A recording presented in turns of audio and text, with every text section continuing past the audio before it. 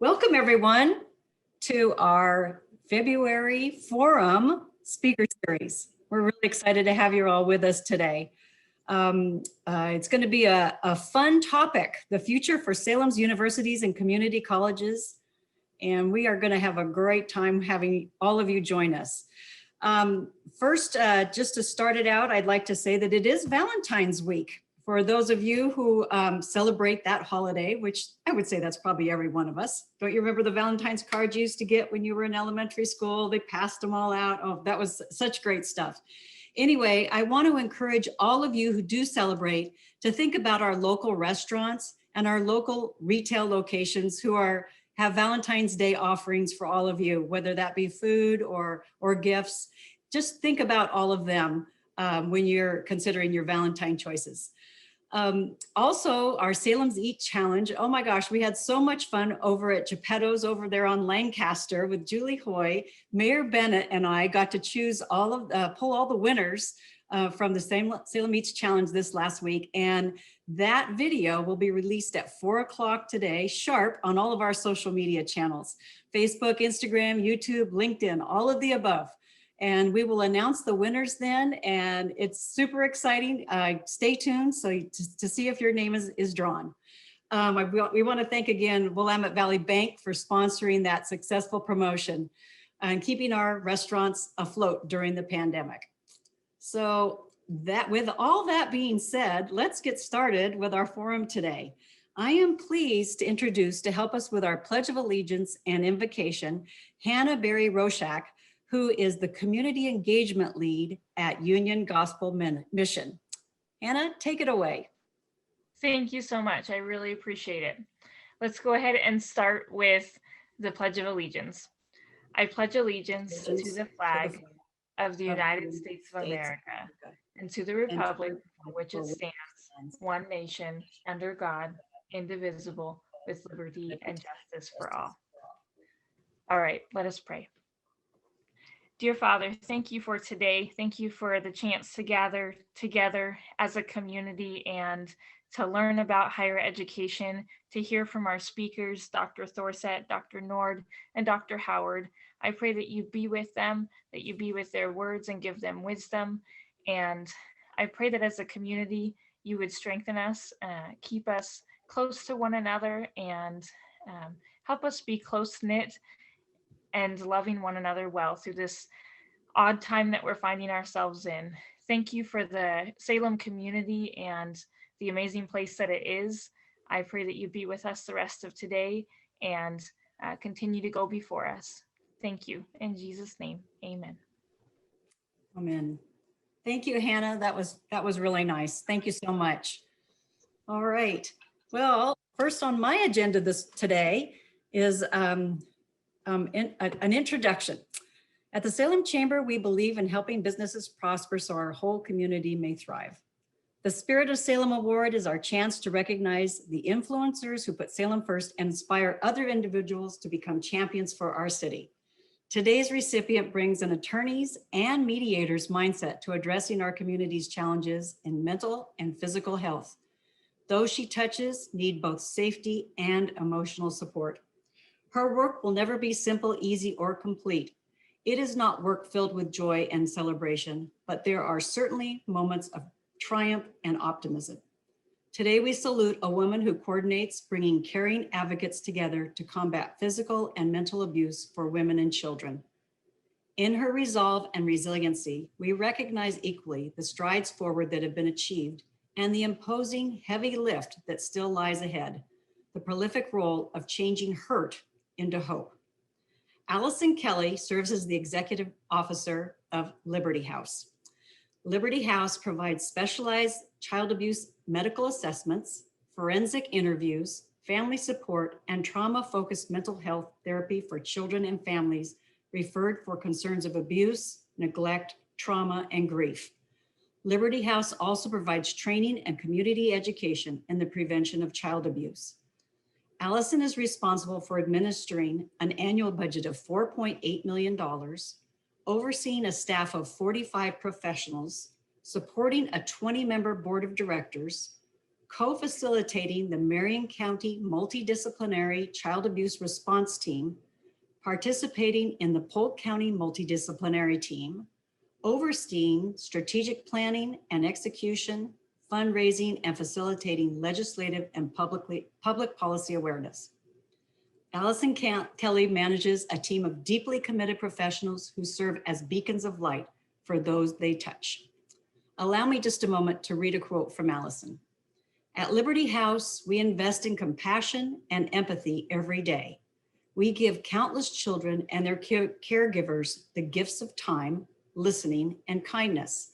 The healing that flows from these gifts is absolutely precious and provides the necessary foundation for children and their caregivers to navigate their suffering with hope. This is a powerfully transformative gift to give. To the board members, employees, and volunteers at Liberty House, the Salem business community thanks you for your servant leadership. At the helm of the organization is a strong and capable woman who does not allow leaders to sit idle while hurt, abuse, and trauma prey on women and children across our communities. Help me congratulate Allison Kelly, our Spirit of Salem Award recipient. I tell you, I can't thank you enough. I am truly humbled by this award. And you definitely know how to make me cry. So friends, distinguished guests, and colleagues, thank you. And look, isn't it beautiful? Thank you so much. So I was invited to speak, and I'm just going to speak briefly about three things: our community, Liberty House, and the future. So kudos to you, Tom, and the Salem Area Chamber of Commerce Board. Your vision and hard work are helping to sustain our community through this challenging season. What you do is vital. You promote business. Healthy businesses create jobs. Jobs enhance human dignity and help families to pay for shelter, food, medical care. And when these basic needs are met, individuals and families can dream. So thank you. My husband, Rick Lenhart, and I just celebrated our 39th anniversary, and those years have been jam-packed. So Rick, I just want to publicly thank you for hanging in there all these years with me, sharing our dreams, and working so hard to support our family. You are amazing.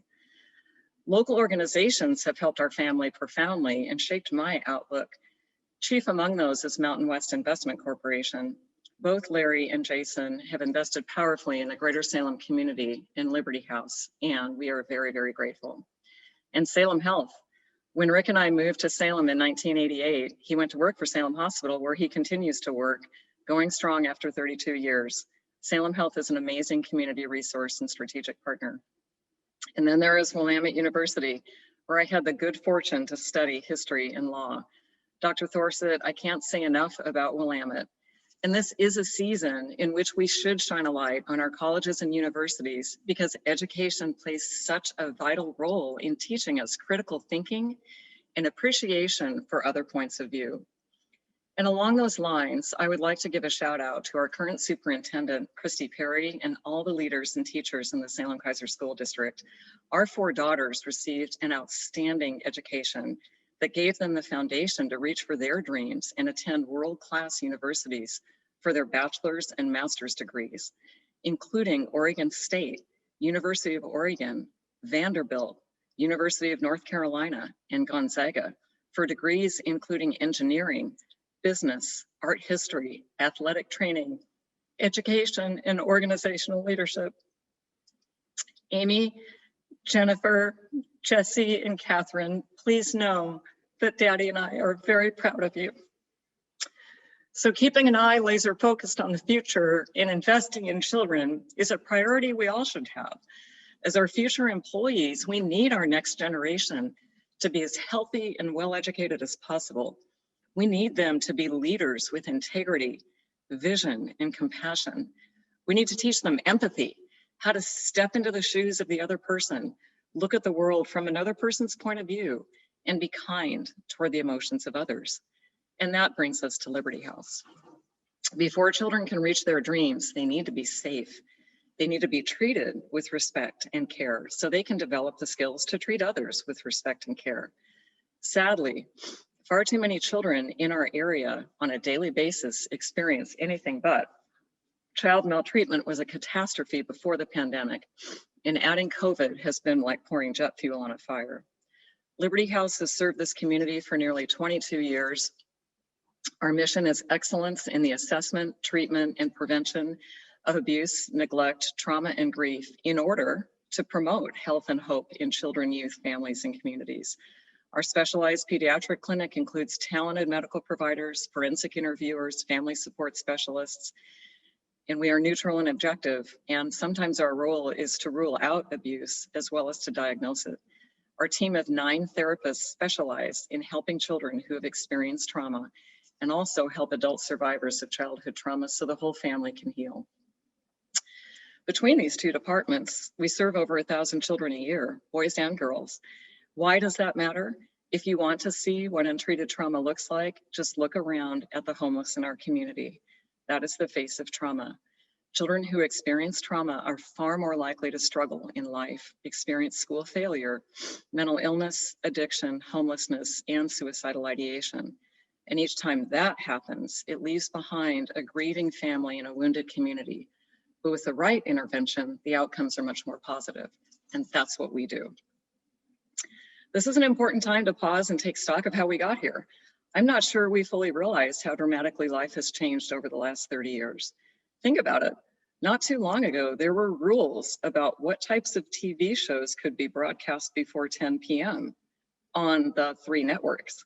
Our chief means of communication was a rotary dial phone. Our children didn't have to worry about inappropriate images jumping out of that Bell telephone plugged into the wall. And we didn't have to wonder whether we should buy a Bell telephone for our 8-year-old to carry around in her backpack.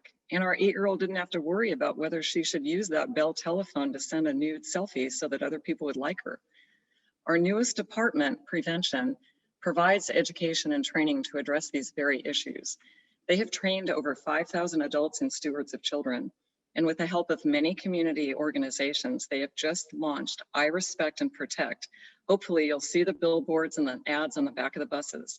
It's a community-based public awareness campaign to help empower children, youth, families, and educators to become aware of the impact of devices and social media and dream of innovative ways to take their power back.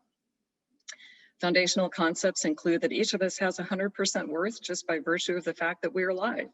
That there is something really cool about being human, that even though we all do things to get people to like us, we should never have to do anything to get someone to like us, because love isn't a transaction. The right people will like and love you just because you're you. So if these concepts sound good, please visit irespectandprotect.com. Look for us on social media and spread the word to help these concepts go viral. You can make a difference. Special thanks to our board of directors and chair, Rich Duncan, who has been an incredible mentor to me.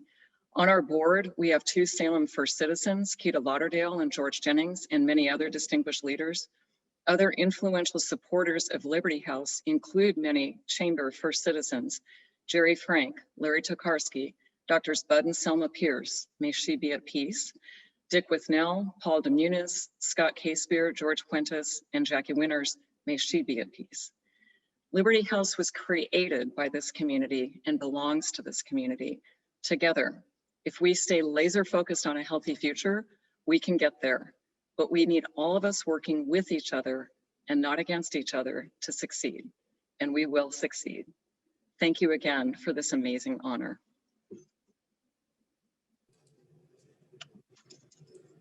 Thank you, Allison. Oh, that was wonderful. I respect and protect. I love that slogan. That's great. I am going to look for that. I really will.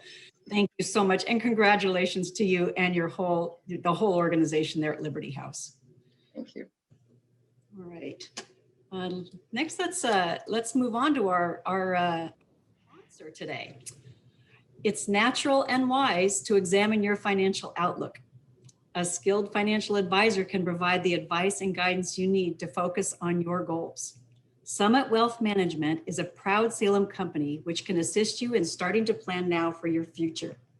They are backed by the resources, expertise, and investment selections of one of the nation's most recognized financial services companies, Wells Fargo Financial Advisory.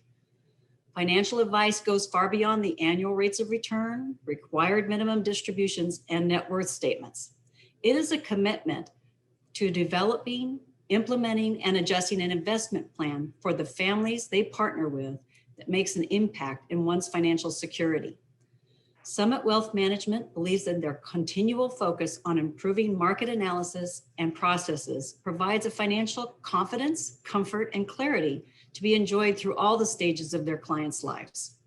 The Summit Wealth team seeks to help you succeed financially through a better understanding of investing, retirement strategies, estate planning, and wealth preservation. They deliver a unique, personalized customer experience which empowers clients to be confident and knowledgeable investors. In May of 2014, partners Barb Hake-Resch, Richard Lee, and Brandon Blair moved from Morgan Stanley and founded Summit Wealth Management, LLC, as part of the Wells Fargo Advisors Financial Network. Prior to that, Brandon was a financial advisor with Smith Barney and Morgan Stanley from 1995 to 2014 after receiving his bachelor's degree in economics from the University of Iowa. As native Oregonians, Brandon's wife Rhonda convinced him to move back to Salem in 1997, and they have been an active part of our community ever since. Today, Brandon Blair serves as the managing partner of Summit Wealth Management. Brandon has lent his volunteer skills and financial acumen serving on our Salem Chamber's Board of Directors. Previous to Director Blair's service on the board, Summit Wealth partner Barb Hake-Resch served as the president of the Salem Chamber from 2014 to 2015. Summit Wealth Management strives to bring confidence, comfort, and clarity to their clients and their financial strategies. They believe in giving back to the community where their clients live and work, seeking to make a difference today in hopes of inspiring positive results for generations to come. Please join me in welcoming Brandon Blair, representing our sponsor for today's Forum Speaker Series, Summit Wealth Management. Thank you, President Kathy. First of all, I want to just thank everyone who's in attendance. First and foremost at Summit, the one thing that we believe in wholeheartedly is the community that we work in. So those of you that have decided to join us today, you want to make a difference as well. And I cannot go without saying, Allison, congratulations. Not only do you deserve the award, but truly you make a difference in the community here. And that's what this is all about. So we spend a lot of time talking every day with our clients about plans, planning for your future, and helping with the younger generation understand what this whole idea of creating their own wealth looks like. It's investing. As we created this company, Summit Wealth Management, as you've heard, we really believe in trying to build this confidence, comfort, and clarity in people's financial decision-making. It's not truly really satisfying until you see someone get to that point where they do have that confidence to go forward in life. They truly do have that clarity that they understand what's going on. And ultimately, they have that comfort with decision making. It's no more important than just in the financial world than everywhere in life, seeing people have that confidence in making these decisions. It's why we partner with our community. It's why we invest in places like the Liberty House. That's why when you think a little bit about Summit Wealth Management, you think investing and you think of your own finances. But we think it's equally important for every small business in this community to lock arms with the Salem Chamber, to lock arms with our colleges and universities, to help the next generation of investors come along. Not just for their own resources, but for the difference that we can make in our community. That's what the Chamber stands for. That's what Willamette stands for. That's what Corbin stands for. That's what Chemeketa is here for, shaping the minds of those that are going to carry us forward. We're just the beginning, and we want to invest in a community, and specifically the youth, to bring them not only awareness to their own finances, but awareness to the communities that they live and work in. And hopefully we can partner together and bring forward this next generation. And for my personal passion, destroy an issue that we have going on, which is financial illiteracy. Break down those walls, because investing is there, an opportunity for everyone, no matter their background. We love partnering with these local universities and investing in our community, and that's why we're here. So thank you all for being a part of this. I'm honored to really introduce our keynote speakers and our moderator. So first, we do have Dr. Sheldon Nord. Dr. Nord is president of Corbin University. Dr. Nord first came to Corbin as a student in 1978. Since then, he's held multiple leadership roles at academic institutions, from vice president for student services at North Idaho College to president of Universitas Pelita Harapan in Indonesia.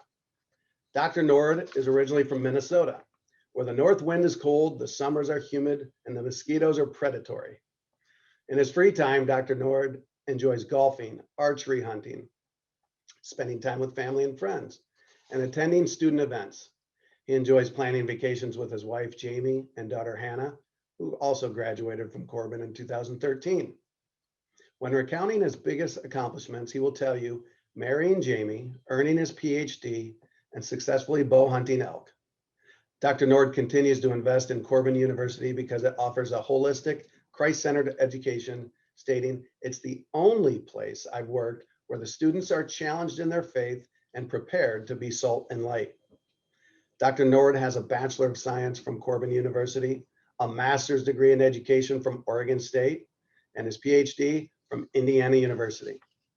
In addition to serving on the Salem Chamber Board of Directors, Dr. Nord sits on the Salem's Chamber's Diversity, Equity, Inclusion Committee. Following George Floyd's murder in Minneapolis, Dr. Nord shared his powerful determination, stating, "In the wake of George Floyd's unnecessary and senseless death, I am determined. I am determined that Corbin University will be a center of empowerment and witness to the lives and work of a generation of student standard bearers. I am determined that Corbin University in Salem, Oregon will produce attorneys, physicians, social workers, dentists, teachers, media professionals, and business leaders of color who will join us to combat systems of oppression. The Corbin University graduates will be firm in their faith, strong in their convictions, resolute in their compassion, leaving Corbin not simply to make a dollar, but to make a difference. Moral passivity is not an option." I pray that Corbin's criminal justice program would be one part of the solution, producing graduates who do justice and love, kindness, and walk humbly with our God. Next, we'd also like to thank Dr. Stephen Thorsett for being here as well. He became the 25th president of Willamette University on July 1st, 2011. He's an internationally recognized astrophysicist who brings to Willamette more than 2 decades of experience as a scholar, teacher, and academic leader. Immediately preceding his arrival at Willamette, Thorsett was a professor and former chair of the Department of Astronomy and Astrophysics at the University of California, Santa Cruz. He also served as the dean of its Division of Physical and Biological Sciences, leading a unit roughly comparable to Willamette in terms of budget and numbers of faculty, staff, and students. In addition to traditional math and science departments, his division included a nationally recognized graduate certificate program in science writing, and he led the development of the successful California Teach program, supporting future K-12 teachers. During his academic career, Thorsett taught broadly in both physics and astronomy and has authored or co-authored more than 100 scientific publications, focusing on the late stages of stellar evolution. Thorsett co-discovered the oldest known planet, popularly dubbed the Methuselah planet. As students, he and 4 friends wrote a graduate physics textbook for Princeton University Press that remains in print, and he has edited 3 scientific conference volumes. Before moving to UC Santa Cruz, Thorsett worked as an assistant professor of physics at Princeton University and as a research fellow at Caltech. He was an Alfred P. Sloan Fellow and received the Fulham Award of the Dudley Observatory. He also earned a number of fellowships and other honors while completing his master's and doctorate in physics at Princeton and his bachelor's in mathematics with honors at Carleton College, from which he graduated summa cum laude. Thorsett grew up in Salem, graduated from South Salem High School, where 4 years at the slow end of the cross-country team, he led a lifetime of running. Welcome. We also have Dr. Jessica Howard. I believe when we presented or sponsored an event about a year ago, I got to introduce Dr. Howard. So she serves as the president CEO of Chemeketa Community College. She holds a PhD from New York University and a master and 2 bachelor's degrees from Rice University. Her academic work has been interdisciplinary and based in the arts and humanities. Prior to joining Chemeketa in 2019, she served as the campus president for the Southeast campus of Portland Community College, guiding an academic center into comprehensive campus and overseeing workforce operations district-wide. Before coming to Oregon, Howard enjoyed a long tenure at San Antonio College in Texas. There, she served as an assistant, associate professor, and a faculty department chair, interim executive vice president over student and academic affairs, and ultimately as the vice president for academic affairs. Howard has held positions on multiple boards in Oregon, including Campus Compact of Oregon, Oregon Workforce Investment Board, and the Latino Network. A regular presenter, she has addressed the national audiences and participated on panels associated with Jobs for the Future, the National Governors Association, the American Association of Community College Trustees, the American Association of Women in Community Colleges, the Oregon Community College Association, and the National Conference on Race and Ethnicity in Higher Education. Howard serves on the Student Success Commission for the American Association of Community Colleges, the Hispanic Association of Colleges and Universities, and the STEM Investment Council and the Leadership Council for Equity of the Oregon Higher Education Coordinating Commission. Howard grew up primarily in San Antonio, but was born in Bombay. She lived there as a child and lived in Bangkok, Thailand. She also spent a year abroad at King's College in London during her early years.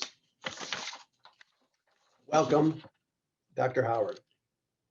Lastly, we go to our moderator, a man who needs no introduction to this board and this community.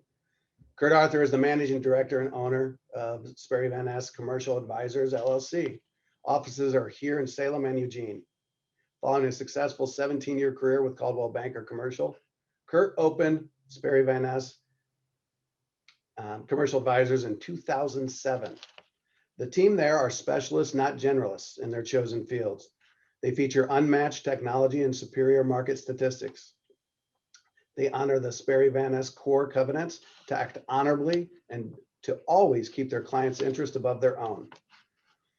Their advisory team has been the top firm in the Salem market since 2008 in terms of volume of commercial sales and leasing, while closing up to 40% fewer transactions than their competitors. Excelling at larger, more complex transactions, Kurt's team may be seen in action across many Salem community boards and philanthropic endeavors. Kurt also served as president of the Chamber of Commerce back in 2017-18. He's graciously accepted the assignment of guiding us through the dialogue with our 3 speakers today. Kurt, thank you for all you've done for the Salem community. Join me now in welcoming our February keynote speakers as we discuss the future of Salem's universities and community college. Brandon, thank you, and please thank your partners for Summit's sponsorship of today's event. And I was just absolutely thrilled when I got asked to come in and moderate. I have so much respect for each of these 3 institutions, similar in many ways, but very, very different in others. And so Dr. Howard, Dr. Nord, Dr. Thorsett, thanks so much for each of the 3 of you showing up. I mean, when you really think about it, so much respect for Chemeketa. Dr. Howard, you and I have not yet forged a friendship, and I look forward to that. I've just the people, your predecessors, have just made indelible marks in this community. So thank you. And to be frank, one of the things I want to point out about Chemeketa is its commitment to diversity amongst its leadership. You are now in a long line of extremely strong women that have led that university or that community college, and so excited to have you at the helm and what Chemeketa means to this community. Dr. Thorsett is very unique, and let me say why he's unique.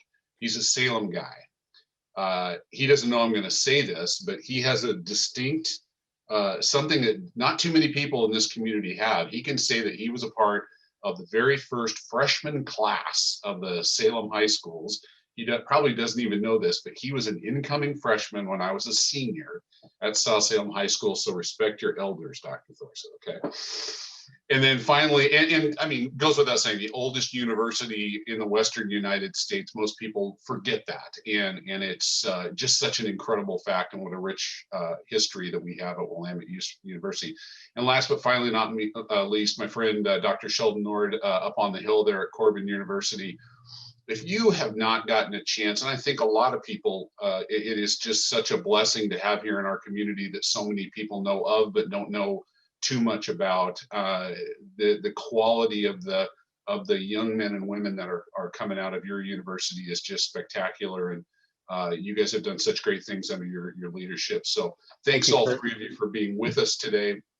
And I actually want to go back very quickly to something that Brandon talked about, because boy, as the dad of a college sophomore, boy, you hit the nail right on the head, Brandon, when you said kind of a core mission that you have that really translates beautifully into what we're talking about today, which is for your clients. But let's take this back into the students and young individuals, that your goal is to create confidence, comfort, and clarity in the people that you're working with. And how appropriate is that for this discussion today? I know that my son is probably at that or just past that confidence and comfort standpoint as a sophomore in the engineering program at Oregon State.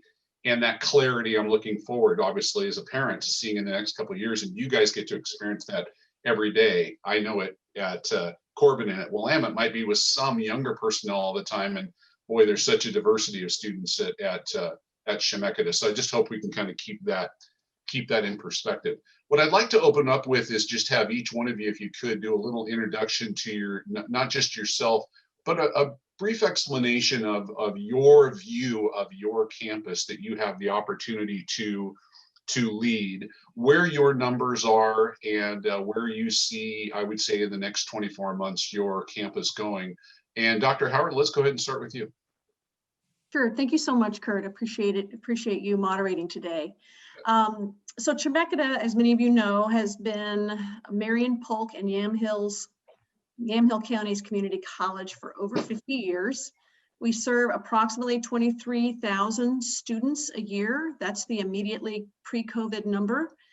In keeping with the national trend, we are down in enrollment. Nationwide, community colleges are down a little over 10%.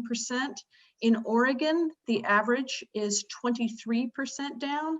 Chemeketa is 15% down, which is a less dramatic drop than our comparator colleges, but gives you a sense of the number of students who were left behind once we basically shut down with the pandemic occurring last spring term. About 1 in 3 Chemeketa students self-identify as Hispanic, Indigenous, or people of color. So that's about 33%. Over a quarter are first generation in college. And of those who complete the FAFSA, 56% are Pell eligible. So at Chemeketa, we offer 95 career and technical programs in 50 different occupational areas, ranging from business to human services, to healthcare, to emergency services, agriculture, computer programming, the trades. I could go on and on. We also have 42 transfer course disciplines, which could be called majors, which provide the first 2 years of a bachelor's degree. And about 32% of our courses are in career and technical education, and 43% are in the lower division transfer courses. That equals about 75% of our credit offerings. The remainder include adult basic education, so those students who need a high school GED or they're in ESOL courses, post-secondary remedial courses, so those who are not quite ready for college level, and adult continuing education. The last thing I'll say is, of course, you're probably aware of this, we have 7 locations. Our primary campus is in Salem on Lancaster Road, but we've got CCBI in downtown Salem, the Eola Center, which is our wine studies program in West Salem, the Brooks Center, which houses all our emergency services programs, the Woodburn Center, the Polk Center in Dallas, and the Yamhill Valley campus in McMinnville. So what I'm going to do is ask each of you, if you would, tell us, Brandon did a great job of reading your bios. Tell everybody that's watching today just a quick little snippet about yourself and your personal life, maybe a pastime or a hobby that that otherwise we wouldn't know about you. Just the one thing I will say, right when I took this position a year and a half ago, I scaled Mount St. Helens. Oh, wow, that's So fantastic. hiking, I've discovered how wonderful hiking is in the Northwest. It's not wonderful in Texas. It's wonderful here. That's great. Dr. Thorsett, thanks for joining us today. I'll turn this over to you at this point in time. If you can give us a little bit of an insight of your little background on Willamette University, where you're at today and kind of where you see yourself going in the immediate future. Sure, thanks, Kurt. First, let me add my congratulations to Allison and just thank you for everything you do. Your alma mater is really proud of you. And we're grateful to everything you contribute to this community.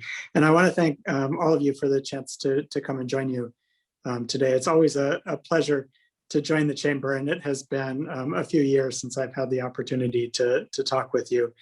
As Kurt said, Willamette is the oldest university in the West. There is a myth that is oft repeated that we were founded by Methodist missionaries. That's not actually true. Willamette was founded by the first business people in what became Salem, Oregon, a group of Methodists and Presbyterians who were here largely because of the mission. And of course, they bought what is still our campus from the Methodist mission. But you can think of Willamette University as being the first collective effort of the business community of Salem 40 years before the organization that became the chamber was founded. And today we still see our mission as being educating leaders for civic society across all fields. Then it was the doctors and lawyers and teachers and bankers and journalists, that this growing population that they saw growing to 3 million people. Even in the mid-19th century, they were dreaming big.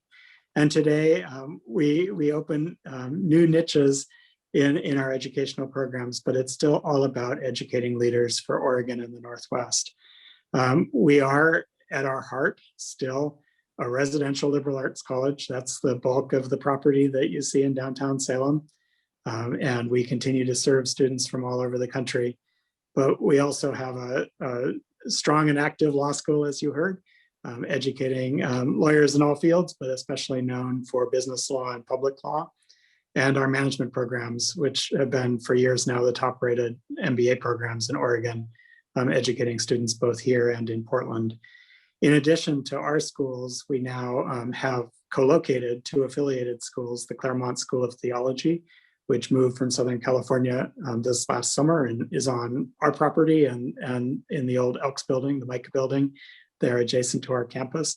And of course, Tokyo International University of America, which has been a partner with us for 50 years now and houses in non-COVID years 100 students right across 12th Street from our main campus. So altogether, that's about 2,500 students currently. We are down in undergraduate numbers, particularly because of a smaller number of Californians traveling north. We have about the same number of Oregon students and Washington students as we've always had. But we've seen some growth in our graduate programs, and this fall launched successfully a new Master of Science in Data Science, which this year is being taught only in Portland. And then, as many of you know, we're in the process of merging into Willamette the Pacific Northwest College of Art, which is a school of another 600 students, and giving us a full-fledged second campus in Portland, right at the north end of the North Park blocks in downtown Portland. So there's a lot going on at Willamette at the moment, and we'll talk more about what COVID looks like, but it's an exciting time for the institution. Things about me, I am a Salemite. I'm a Willamette person. We moved here when my dad took a job at Willamette in 1967. My own first paycheck, I still have the pay stub from Willamette, is 1978, teaching in the first computer camps at Willamette for high school and middle school students many, many years ago. That's great. Thank you very much. Sheldon, thanks for being with us today and joining us out there at Corbin. So I'll turn this over to you. You want to give everybody a little bit of an overview about Corbin and what's been happening lately. We certainly will get into some COVID discussions, but how's Corbin doing and kind of what direction are you heading at this point? Okay, thank you, Kurt. I want to also thank Kathy Gordon, Chamber President, and Tom Hoffert, CEO of the Chamber in Salem. I have absolute confidence in their leadership. I want to congratulate Allison at the Liberty House. Well-deserved award, and thank you for your vision and call to action today. I also want to thank Steve and Jessica for being such wonderful and encouraging colleagues here in Salem, educators. I'm honored to share any stage or screen with them. And I want to thank Brandon and Summit Wealth Management for sponsoring this event and investing as you do in this community. A bit of our history for context at Corbin. Corbin was established in 1935 in Phoenix, Arizona as Phoenix Bible Institute to train pastors and missionaries. We outgrew that campus, moved to Oakland, California, and then El Cerrito, California, outgrowing those campuses in the 1940s, and changed our name to Western Baptist Bible College. When we outgrew the El Cerrito campus, we purchased the Oregon Tuberculosis Hospital in 1969 in Salem and started classes in Salem fall of 1969. When I was a student at Corbin in the late 70s and early 80s, our campus looked a whole lot more like a tuberculosis hospital than a university, frankly. And I'm very encouraged today when I give somebody a campus tour and they make comments like, I would never have guessed this was a hospital. I just love hearing that, to see this kind of the changes on our campus and growing as a university. We are blessed this year at Corbin to have a bit over 900 traditional undergraduate students and just under 200 graduate students. So a little over 1,100 students in Salem. And by the way, it was mentioned in my introduction, which were quite long introductions, thank you. But we also have 1,700 students in a teacher's college in Jakarta, Southeast Asia, Jakarta, Indonesia, in partnership with Universitas Pelita Harapan. So our total enrollment is somewhere around 2,800 students worldwide. Our enrollment in Salem has been relatively flat the past 3 years, which if you know anything about higher education, that's really good news these days. And we expect enrollment growth in the next few years because of some new programs that we are bringing on board, like nursing, computer science, agriculture science, which we're really excited about, and some online programs, which I'll talk about in a little bit. That's great. Thank you, Kurt. You bet. Thank you. We're gonna move to the next question, which is kind of COVID related, but talk to you kind of about what the atmosphere is on your campus right now. When you see this avenue that we're in right now leading back to getting more back to normal, timeline was. So Steve, I'll start this with you if you don't mind. What is I know the cherry blossoms are not blooming at Willamette yet, like the background, but talk to us about what a day looks like at Willamette right now and what your expectations are, timeline was to get back to some normalcy. And the last part of this would be for each one of you. What do you miss the most? What do you miss about that you don't have right now and you can't wait to get back to doing what? Yeah, it's true. This picture is a March picture. I'm looking forward to spring. It's going to be here soon. Willamette is certainly quieter this year.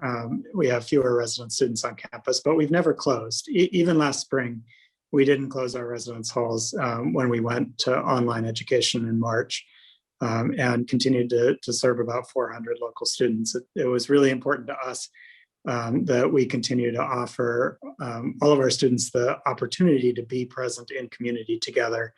And we serve a relatively high fraction of students of high need. We have about a third of our students are Pell eligible, which is a standard marker of high financial need. And so we knew that a lot of our students didn't have other options of safe and quiet places with good internet connections in order to continue their education. So remaining open has been a priority to us throughout the last year's response to the pandemic. This fall, we did return to in-person classes with an effort to make, to the very greatest extent possible, all of our classes also available online to students who chose, for whatever reason, not to be back present in person. And for our undergraduates, about 70% of our students are taking in-person classes at the moment. They're not doing a lot of the other things that a residential liberal arts student would normally be doing. We've not been competing in athletics. We have non-contact practices going on outdoors. But otherwise, our athletic seasons have not really gotten started yet this year. We don't have the opportunities for in-person service learning, for example, that we would normally have many students out in the community doing. And at the moment, all of our dining is grab and go. So students are eating either in the tent out on our fields in the fall, or this spring more in other large spaces and their own rooms instead of in the dining halls. So we are really missing out on that opportunity for the informal pieces of residential education, which add so much of the value for the formation of leaders, frankly, the opportunities for students to work with their peers, to work closely with faculty members. And we're looking forward to bringing that back gradually in the months ahead as we start to get control of this pandemic with the vaccinations. But I expect it will be next fall before we're really back to normal. I would say, because I know there are lots of questions, that one of the things we've been really proud of is that we have reopened safely. We've had no cases identified of transmission of COVID on campus. We've had, at this point, probably going on 20 cases since last summer of employees, contractors, or students who got COVID off campus and then were present on campus, but in no case has a transmission from one of those infected individuals taken place on our campus. That is fantastic. That's something you should laud your entire team. So congratulations for that. Sheldon, I'll turn it over to you. Talk to us about what Corbin University looks like right now, your estimated timelines from your standpoint, and what are you excited to kind of get back doing again? Okay, thank you, Kurt. And I didn't do the personal thing at the end of my first question, so I just want to mention that while I'm not local, my wife, Jamie Rollins Nord, is local. She graduated from Silverton High School, and we have one daughter, Hannah.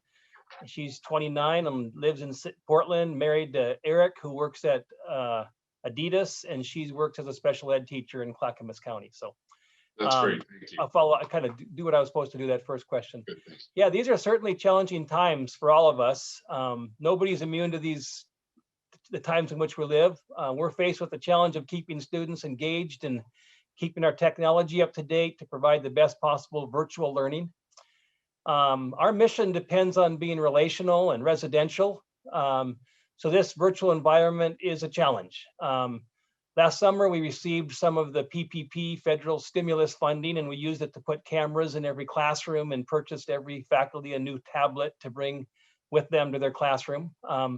So every classroom has a camera.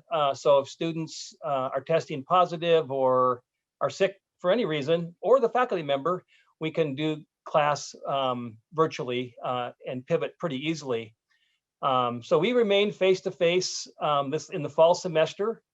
And it's kind of interesting. The ironic thing in the fall semester was we did have to pivot to remote education for 8 or 10 days, but it wasn't for COVID.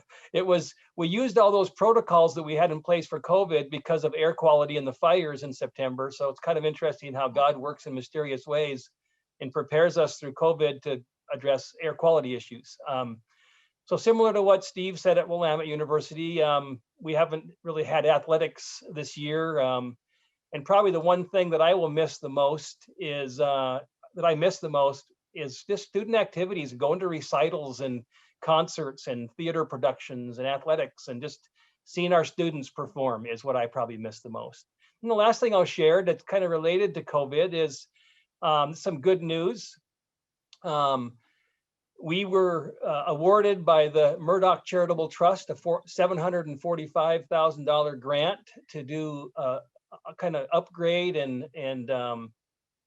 improve our online learning. So as a result, we'll be able to hire additional personnel, train our faculty and staff in hybrid learning instruction, hire instructional designers to develop and populate course content, provide faculty with new computers, develop a studio to enable high quality recordings, and to launch a national marketing campaign, which we anticipate will attract many new students from across the country. So we're going to put every one of our programs online. And this is a big deal for us. And it's a way that we can see an opportunity in the midst of these current challenges. So we're thankful for that. You should be so excited. That's fantastic. What a great, Murdoch's just such a great organization. All right, Jessica, turn it over to you. I mean, you don't just have one campus, you have multiple campuses. So talk to us about life at Chemeketa these days and timelines for when you foresee being able to get back to full speed and what you're most excited about. Sure, thank you. Well, we transitioned something like 1,680 courses to remote in a 2-week period last spring, not unlike many post-secondary institutions, just moving incredibly quickly to, as I say, turn the cruise ship on a dime, right? To try to give our students every opportunity to connect with us. And we did all kinds of things. If you go on campus today, well, first of all, it's closed to the public, but we have the vast majority of what we're offering is being done remotely or online. And we have a distinction there because if it's online, it's asynchronous. If it's remote, there's a synchronous component. But we, beginning in the summer of last year, what we did was we identified those courses that absolutely had to be offered face-to-face or the learning outcomes would not be met. And we're really talking about applied learning, sophomore science labs like microbiology, right?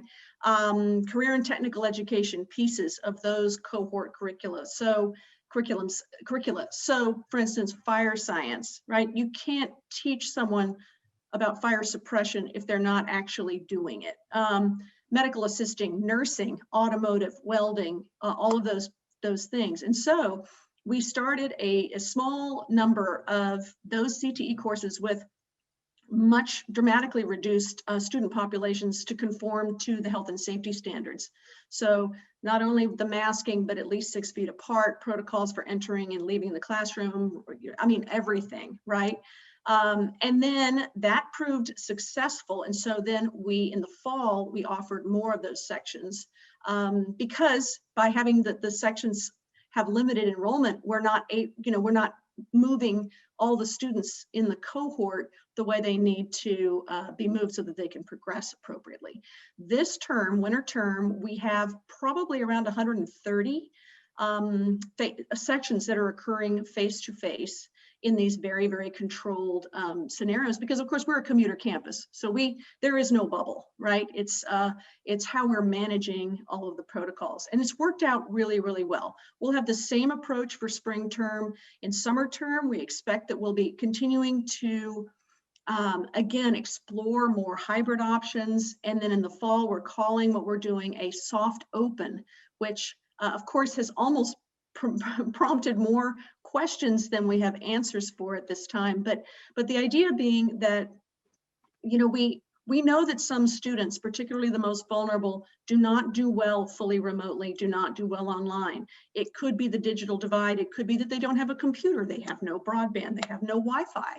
It could be that there's one computer in the house and all the children need to use it. I mean, it's been, this pandemic has really, shown a light on the gross educational disparities in our region and across the nation. And so how we re-engage that population is going to be first on our minds as we start making those decisions about what things we do face-to-face. And it'll be an equity lens, because it's not just those courses that, again, have to be presented in that format, but where are the learners really not able to succeed in this remote environment? The good news is we realized we had some of these infrastructure issues around broadband and Wi-Fi and such. And what we ended up doing was we purchased hundreds of laptops. So we issued them to students. We extended Wi-Fi from our buildings for those students who have cars to come up and do their work in the parking lots of, again, 4 or 5 of our different locations. All of our lending library materials, which are totally free, we shipped those and everything from our bookstore without cost, and moved all of our student services online. There were portions of them that were online before, but now it is a full-blown online operation. And the last thing I will say is it's interesting, the silver linings in this cloud, because we used to have students who would, about 40% of our students, something like that, would not show for advising appointments face-to-face. Almost 100% of them show up for advising appointments online.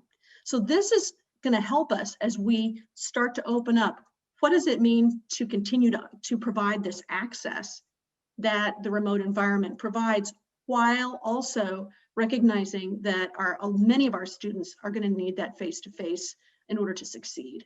So just really, really excited about the possibilities, and like my colleagues here, I miss the student life. I miss seeing students. Walking around our campus it's like a zombie experience. All of the posters are from March of last year. It's like everything just stopped, right? So I'm desperate for that life to be back, for the performances to be back, for the rallies to be back. It's the student life piece that I miss the most. It's Groundhog's Day. Every day looks the same right now. That's right. So one of the things I love about the three of you, I'm in this class as well, and as I can tell right now, there's 100-some people on this call that are very like-minded in that we are all glasses half full type of people. In business, in commerce, this COVID economy has taught us a lot of things, good and bad, okay? From a good standpoint, it's told me in my team and in my industry, the people that have self-initiative, right? And can produce no matter what. I'm curious, rather than focus on the negative, I want to focus on the positive and just have a quick open dialogue. Any of you can speak up as you want. What have you learned that you're going to carry forward? What are some of the great things you have accomplished in the last year that you're excited about further developing or carrying forward? Anybody? A couple of things that come to mind really quickly for me here, Kurt, is we're not traveling a whole lot now. And I think one of the things we're realizing in our admissions operations and elsewhere on campus is maybe we don't need to travel as much as we had been.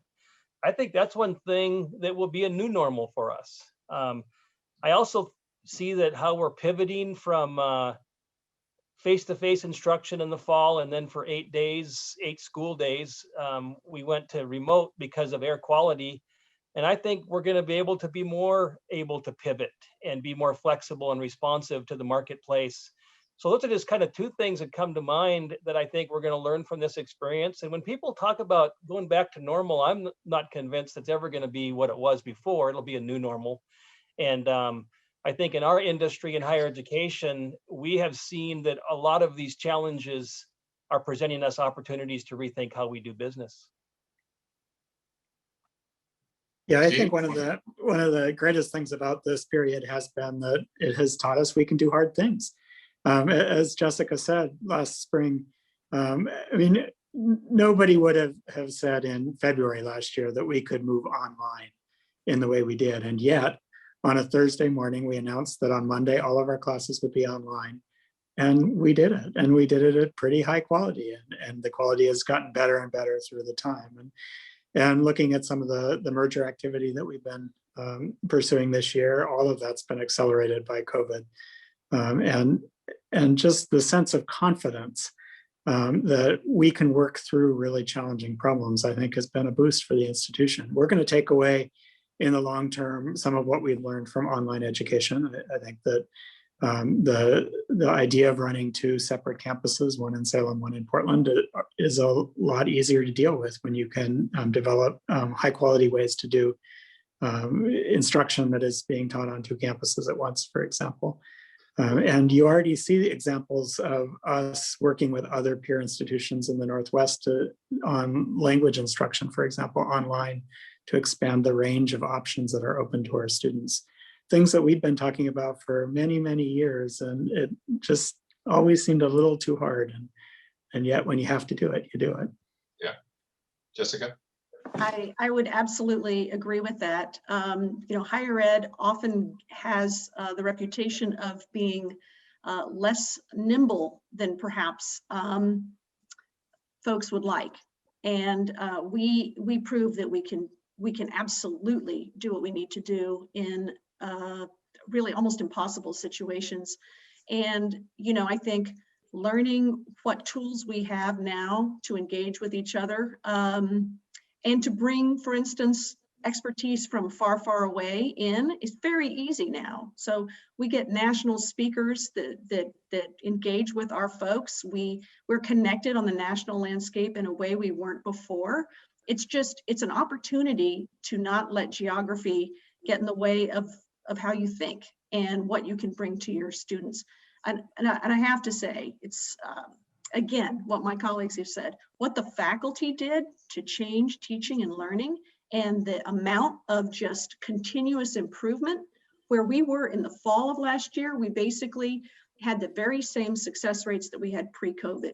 And you have to, this is a massive accomplishment, and it's because of the faculty. Incredible work. So I'm amazed, and as fatigued as I think this pandemic has made all of us, really some incredibly innovative work. So I'm proud that we made it through, and that we're really, I think, in a good place to move forward. Great. I'm very respectful of time, your time, and keeping on the agenda. The number one question that I see in this book that we've kicked around is this: can each of you talk about the reciprocal nature your campus has with any of the other three that are on this, the other two that are on this call? I think that a lot of people that are listening today want to know, how do you guys work together? Well, I'll have you know that we all met last week separately, but together. And we talked about, so thank you for putting us on this panel so we can re-engage with each other. But we've had long relationships, at least I'll speak from just Chemeketa, with Willamette Chemeketa, with Corbin, but there are scholarships that translate from one institution to the other. And there's just many, many years of opportunities to expose, for instance, the community college students to a university environment, because so many college students intend to transfer. And so what does it mean to make sure that they know that that's possible and local? So I think that we've got a lot of history, and we've got great relationships. We've got some great alumni that we share, but I think we can do even more. Yeah, I want to reiterate that from Corbin University's perspective. Sometimes you hear kind of these horror stories in the media about how bad it is to transfer from one school to another, and I lost this year of credit or whatever. I don't think that's happening between our institutions. I know we have students coming from Chemeketa that, especially if they know they want to transfer and what they want to study from the very start, they get great academic advising. We have a very clear map how to get from one institution to the other. And I think we have students coming through and graduating in 4 years and not losing any credits. And I think that's to the credit of our faculty and the good staff that we have to make this as seamless as possible. We have about 80 students every year that enter Corbin as a transfer student from a community college, and the vast majority of those, of course, are from Chemeketa. Then I just want to say briefly about Willamette University. Some of our best and brightest graduates from Corbin have gone to Willamette and studied law or MBA or some other graduate program. And invariably, they always come out just speaking very highly of the faculty and the educational experience they had at Willamette University. So we're always happy to work with them in any way that we can. We're proud to be in the same city as these two institutions.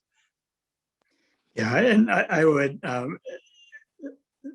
sign on to both of those sets of comments. All of that is right. I think the other piece of this is that that all of us benefit from a strong Salem, and Salem benefits from a strong higher ed ecosystem, and each of our institutions invests in our young people in Salem in ways that benefit all of these institutions and then the city itself. So just thinking of things like the way that we go into high schools and help teach students how to fill out FAFSA forms, the way that Willamette Academy educates students who go to institutions all over the region and become great undergraduates coming out of traditionally underrepresented populations in the Salem area. And I think each of our institutions really contributes to that sense of possibility for the young people of Salem, and ultimately that benefits all of us. That's great. I want to, before I ask you the last question, I want to tell everybody watching today, we are hopefully going to be able to get to a question or two. If you want to throw those into the chat box, I know Tom is looking at those. A few folks are looking at those, and I will as well, and I'll try to get to one or two of those. Last question I have for each one of you is, obviously we've got a forum filled with a bunch of entrepreneurs, a lot of business owners here in town. What can we be doing? What can the business community and the chamber be doing to help you, to help your faculty, to help your students get to a higher level? This is Sheldon. I just want to say a little bit. I'm going to answer your question with a little bit of information that's kind of the context of kind of who Corbin is, and then answer the question. I believe students' religious liberties are increasingly at risk, especially for faith-based schools and universities. We live in a transactional society. What we need is for colleges or universities to be transformational. At Corbin, we believe that our students become who they become is as or more important than what they choose to do. Our goal is not only to provide an excellent education, but to equip them to have character in their communities, competence in their careers, all to the glory of Christ. So Brandon, we have our own 3 C's. Our mission is to educate Christians who will make a difference in the world for Jesus Christ. We are Bible-centered, gospel-driven, and globally minded. At Corbin, we are unapologetic for what we believe. And I believe, and I acknowledge it's increasingly countercultural to believe in absolute truth. Contrary to many modern opinions, the Bible and Jesus Christ are not out of date. They are as relevant today as ever in everything we study in every area of our lives. And so, one of the things that I would ask our community is to be praying for us if you're a people of prayer and faith, and that you also just be supportive as we look at losing, nonprofits potentially losing tax exemption status, and some of the things that the nonprofits and religious institutions are facing today in our progressive society. There's challenges, and we just appreciate that people know about that. We want our students to be salt and light in the marketplace and to demonstrate Christ's love in how they live their life. Thank you, Sheldon. Steve, how about you? What can the business community, what can the chamber be doing to help you and the students at Willamette? Well, I mean, there are all of the usual answers. So the students at all levels need to be engaged with the business community, the nonprofit community, the governmental community as part of their education, and certainly sending students out into workplaces and into organizations is just as important for our MBA students as it is for our undergraduates who are still finding their passion in the world. And I think the willingness to be engaged with student learners is really important. But the other piece of it, and this connects back a little bit to what Sheldon said, is that I think it's really important that the students see the support of the community. And that doesn't mean necessarily financial support of the community. It means the interest of the community.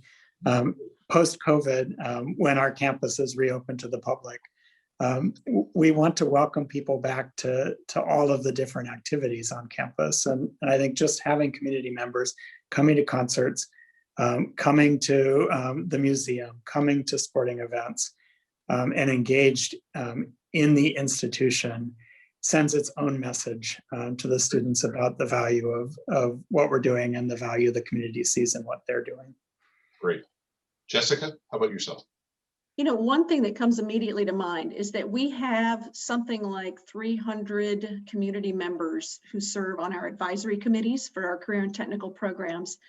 And that is how we ensure that the programs remain cutting edge and relevant.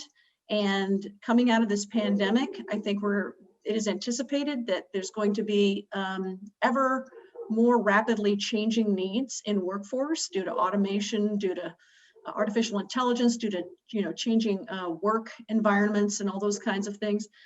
We need to stay. Our workforce programs are as good as the employer's input is to ensure that what we're doing is changing with the times and is cutting edge and that is relevant. We want to be as viable as possible. That's what a strong community needs, is a strong community college that's really, really well connected. And so that is the obvious kind of curricular connection with the business community. I would also say, we have a small business development center that has incredible resources and programming and one-on-one business advising without cost, but capital access team and all kinds of things. This is an opportunity for us to, again, connect with our business community and have that kind of dynamic relationship where we are providing what the community needs and the community is informing what we do. So those are a couple of things that come immediately to mind. The community college is a reflection of the community. Our average age is something like 28 years old, right? We have a lot of people that we serve. And so the more connected we are, the better we can do what the area needs.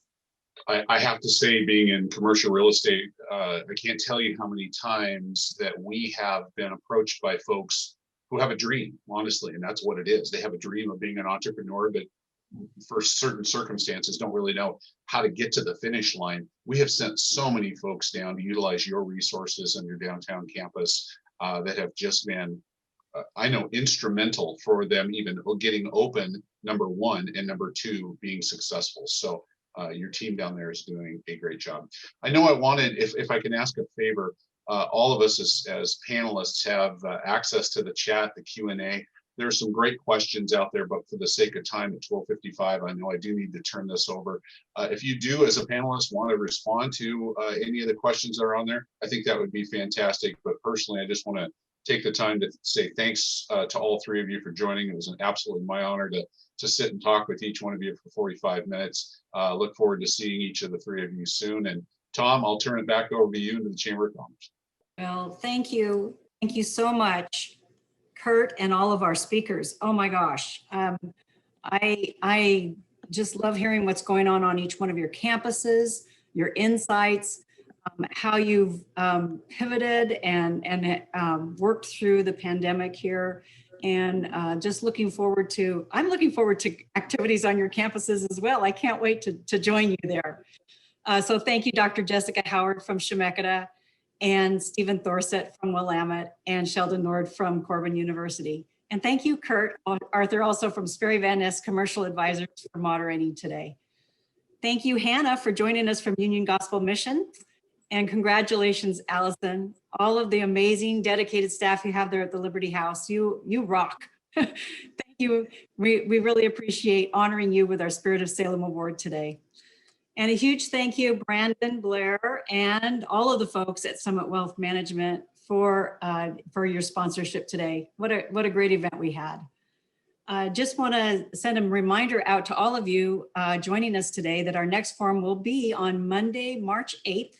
It's going to be a very special forum featuring Patrick Wrighton, the Senior Vice President of Government Relations for Berkshire Hathaway Energy. Mr. Wrighton will discuss their company's national efforts to secure accessible and sustainable energy. As a close confidant of Mr. Warren Buffett, Patrick Wrighton has been on the front lines of economic, national policy, and investment strategies. So that should be a really exciting forum. I hope you'll join us. I look forward to seeing all of you then. Stay warm this week. I think there might be a little bit of snow on the way, and we'll see you all next month. Thanks so much.